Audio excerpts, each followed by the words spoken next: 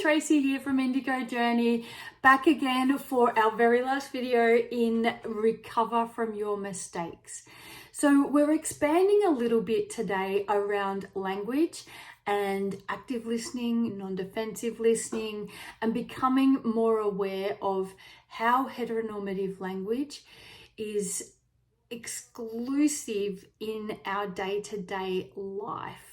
How it can exclude people in the LGBTQIA plus community, and how it can kind of put them in a position where they have to either sit in this discomfort because they're not being seen for who they are, or they have to out themselves or correct people.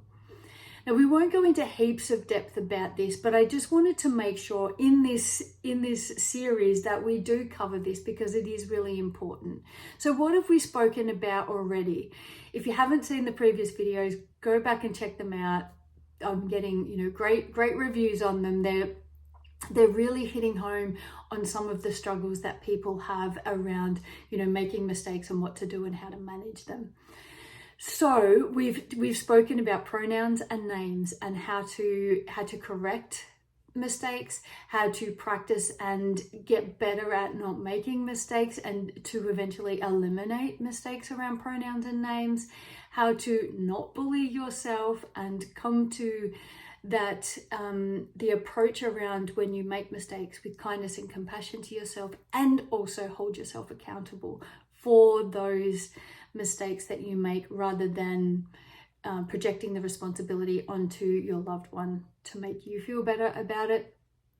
We spoke about heteronormative language as well last time. We spoke about making sure that you are researching and educating yourself around inclusive language, and how to address inappropriate humor and put yourself in a stronger allyship position so that you can, prevent or at least start to work towards creating a space that is safer for all of us, particularly LGBTQIA plus people, so that they're not having to do all of the advocating for themselves and stopping those jokes and stopping the inappropriate language and that kind of thing. So today I want to look a little bit deeper into practicing your apologies and holding yourself accountable. So when you're making an apology for pronouns and names, for example, what I encouraged you in the first video was to make a quick acknowledgement and correct yourself and move on.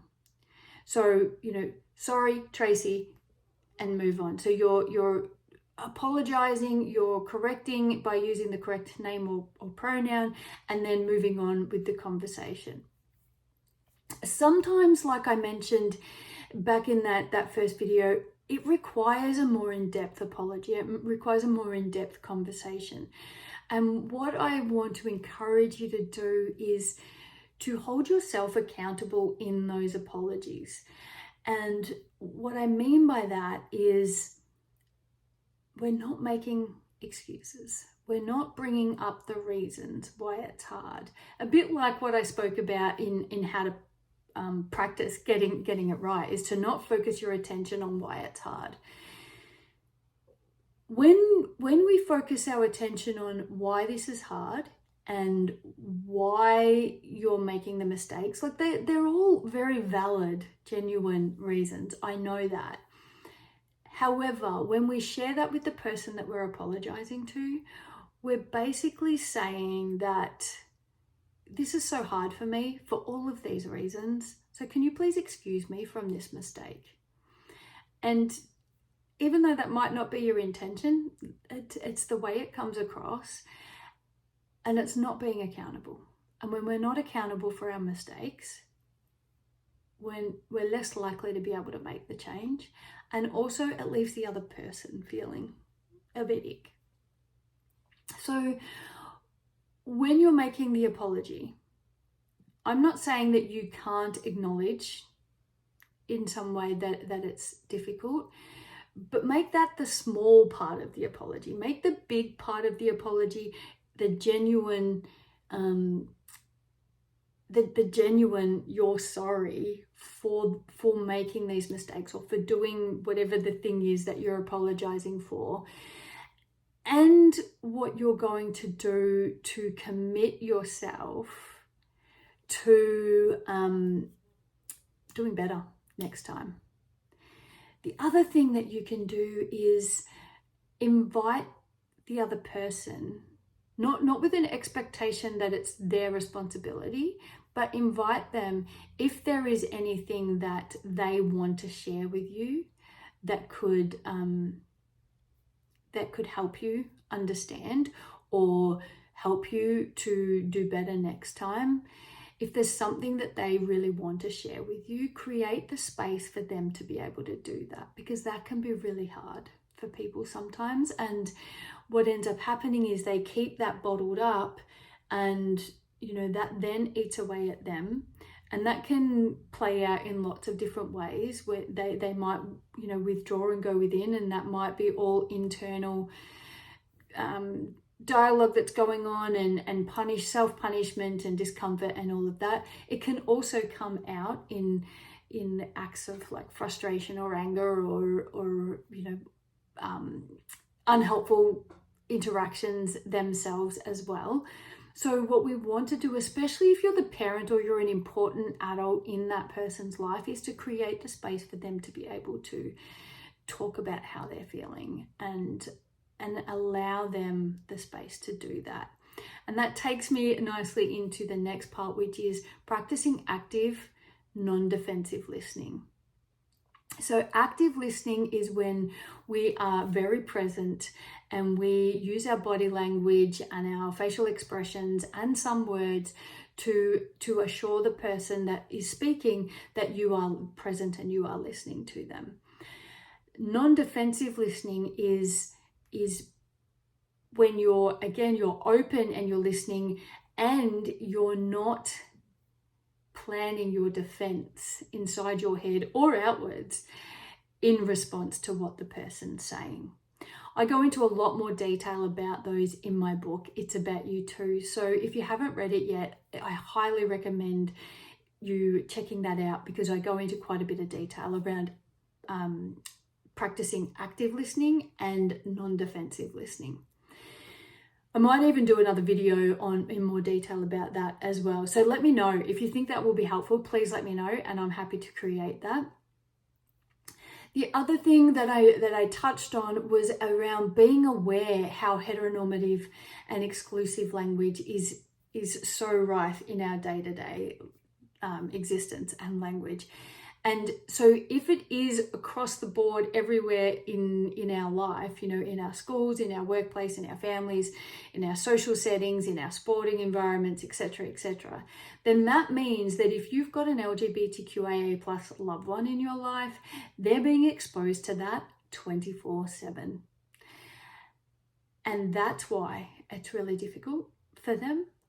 And that's why it's really important that you, as their loved one, make an effort to make some change. It also could be why you might be feeling like they are being defensive, or they are overreacting, or they are getting too cranky with you for one simple little mistake. And I did touch on that on another video a little bit, that that one simple mistake might be number 100 for the day, but it's the same with the language.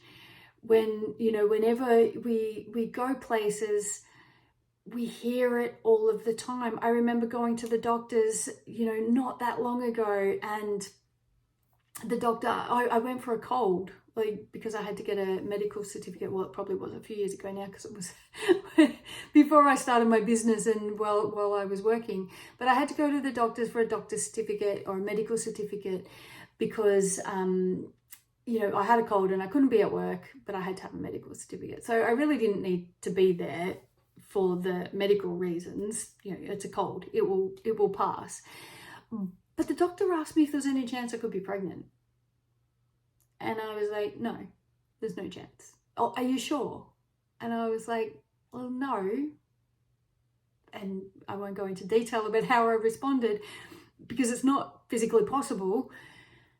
And also, what has it got to do with my cold? And this is the kind of thing that LGBTQIA plus people have to face in all different kinds of settings all of the time. So be aware of that. Again, do your research. Find out all of these different things and see where you can make a difference. And it doesn't have to be, really big and overt, although if you're that way inclined, then please go ahead. We need lots of allies. But it's really important to have that awareness and understanding, because that is part of your child or your loved one's life experience. That is part of what they're facing every single day. Now, we don't need to be all down and out about that, because, people become very well equipped to manage it. And it can get exhausting sometimes. And so let's all do our bit to create change in systems and in normal everyday interactions and language. I hear really commonly now people ask about partners rather than boyfriends, girlfriends, or husbands or wives. That's fantastic. We can continue to grow and develop our language so that we're being more inclusive and we're being less narrow and heteronormative and only thinking about the binary around gender and the binary around relationships, etc., etc. I know you've got this. And I know that also this might be a little bit of a heavier, harder to get your head around video. So feel free to go back and watch it again. And also, please ask me questions. Just pop them down below and I will be really happy to either answer you via a message or create another video around the question. If I'm getting lots of the same kind of questions, I'll definitely do that. So if you have the questions, if you want me to expand on something, please make sure that you reach out and let me know that, because the more people that do, the more likely I am to think, oh, there's lots of people that want to know this, so I'll create a video and that will make it easier for you to access.